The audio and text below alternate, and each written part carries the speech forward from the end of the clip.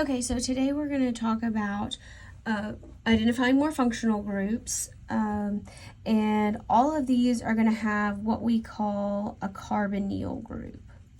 So a carbonyl means you look at it and you have some kind of carbon double bonded to an oxygen.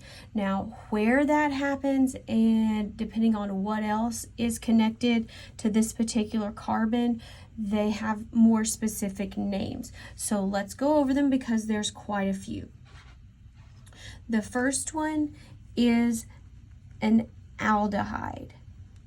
Okay, so in an aldehyde, you have your carbonyl group at the end of the carbon chain. So here, your carbonyl group is on the end.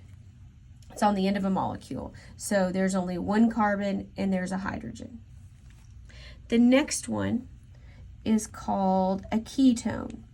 Now this looks very similar, only here your carbonyl group is somewhere in the middle. So it has two other carbon portions on it. All right, now we're going to get a little more complicated.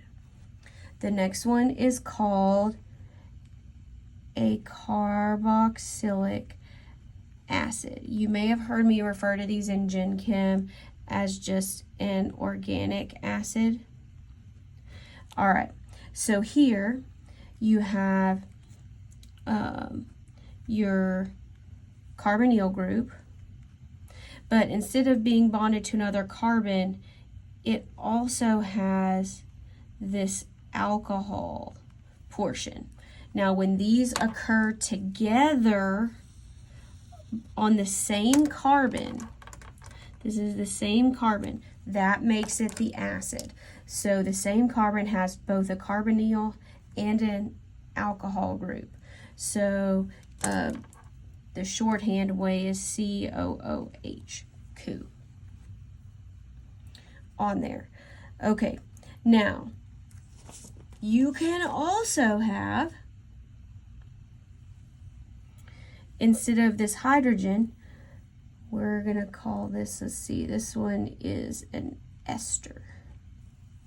Okay, so an ester, you have your carbon with your carbonyl group, some form of a carbon chain. Here you have your oxygen, and then you have another part. So this is where this carbonyl oxygen combination occurs in the middle. So here, a carboxylic acid, this occurs at the end somewhere. This occurs in the middle. So here, this is, so let's say this is a combination of a ketone plus an alcohol. This here, you can call it an aldehyde plus an alcohol if you want. This is a ketone plus an ether. That's an ester. Some people prefer to think about it in that addition way, or you can just remember that. Okay, now other combinations. Let's talk about an amide or an amide, depending on your preferred pronunciation here. This has our group, our carbonyl group, and now instead of another carbon, we have an amine. So this is a carbonyl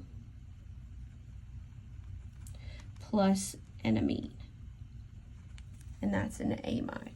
And again, this can be primary, secondary, or tertiary. And then the last one is called an acid chloride. Okay, so here you have your R group, your carbonyl. Now instead of being bonded to another carbon, an oxygen, or an amide, this time it's let's call this, I'm going to say X.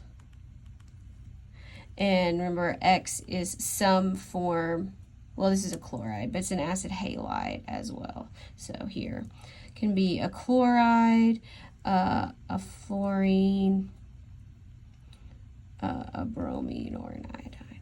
So an acid halide, but an acid chloride would really be, chloride is the most common one. But you can have other acid halides. So it looks like it's going to be an acid. So this is going to be your carbonyl plus an alkyl halide. So that's kind of a lot. And so you might want to review these again, and then we're going to practice some.